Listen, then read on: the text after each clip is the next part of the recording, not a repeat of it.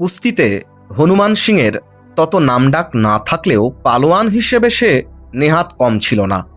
আর একটা গুণ তার ছিল, যত বড় কুস্তিগিরই আসুক না কেন তার সঙ্গে লড়তে হনুমান সিং আপত্তি করত না বা ভয় পেত না। একবার খুব নামকরা একজন পাঞ্জাবি মুসলমান কুস্তিগিরের সঙ্গে হনুমান সিংয়ের লড়াই হয়। পাঞ্জাবি কুস্তিগির দেখতে যেমন পালোয়ান, কুস্তিতেও তেমনি ওস্তাদ।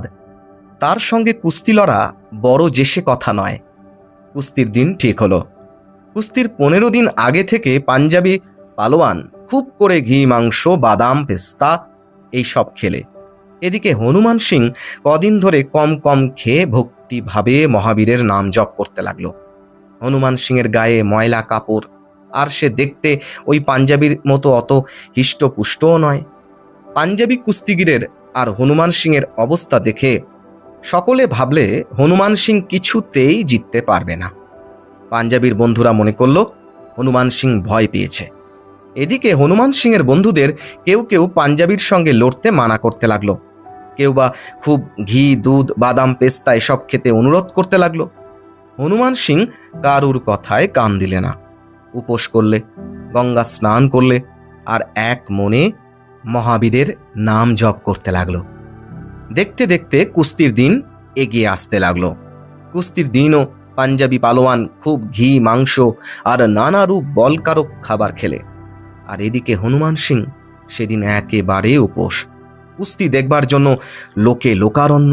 বড় বড় লোক সব হয়েছেন কুস্তির বিচারক। পাঞ্জাবি পালোয়ান কুস্তির জায়গায় গিয়ে দাঁড়ালো। তার বিরাট শরীর দেখে দর্শকেরা অবাক হয়ে গেল। এদিকে হনুমান সিংও ধীরে ধীরে কুস্তির জায়গায় গিয়ে দাঁড়ালো।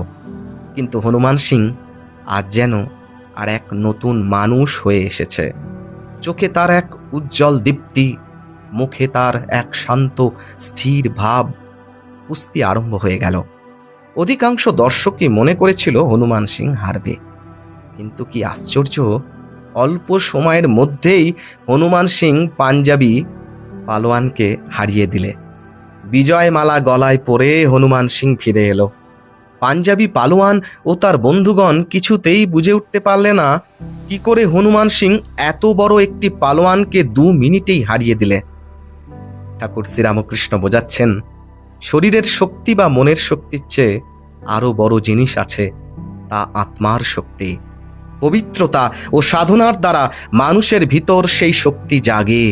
ঘি, মাংস, বাদাম, পেস্তার শক্তি তার কাছে অতি সামান্য।